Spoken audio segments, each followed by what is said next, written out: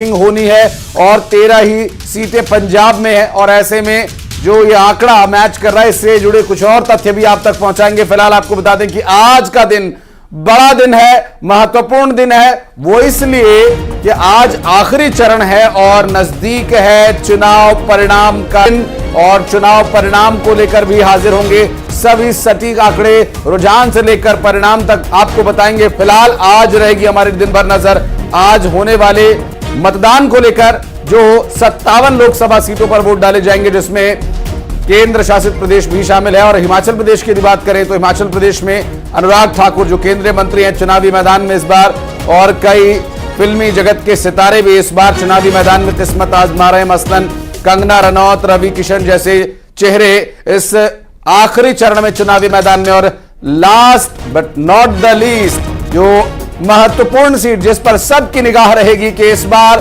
जीत का अंतर कितना बड़ा होगा, हम बात कर रहे हैं वाराणसी लोकसभा सीट की, जहां से प्रधानमंत्री नरेंद्र मोदी इस बार चुनावी मैदान में एक बार फिर से हैं। और प्रधानमंत्री नरेंद्र मोदी की वाराणसी लोकसभा सीट पर वोटिंग को लेकर भी जो ताजा आंकड़े हैं वो आप तक पहुंचाएंगे। अब से कुछ ही देर में वोटिंग की प्रक्रिया शुरू होगी, और ऐसे में वोटिंग की इस प्रक्रिया में कहां पर क्या मतदान प्रतिशत रहा और वोटिंग को लेकर क्या गतिविधियां चल रही हैं, आज 57 सीटों पर जो मतदान होना है उससे जुड़ी हर जानकारी आप तक पहुंचाएंगे।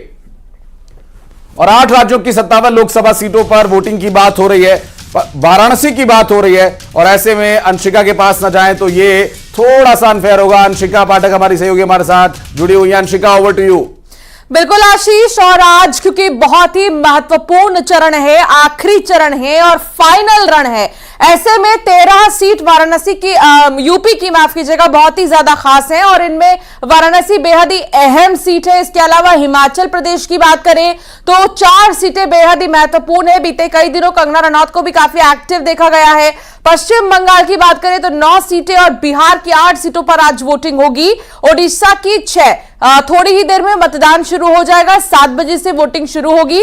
कुल 904 उम्मीदवार अपनी किस्मत आज आजमा रहे हैं, उनकी किस्मत ईवीएम में कैद हो जाएगी। जनता आज फैसला लेगी, 4 जून को नतीजे आएंगे। उससे पहले लगातार जो है हर अपडेट सबसे पहले न्यूज 18 अपने दर्शकों तक पहुंचा रहा है।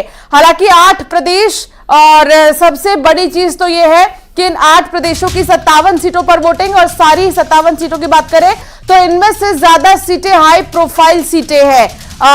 बात करें अगर बिहार की, तो बिहार की 8 सीटों पर जहां जहां वोट डाले जाने हैं आज, वो भी बेहद ही महत्वपूर्ण है। झारखंड की 3 सीटें बहुत अहम है।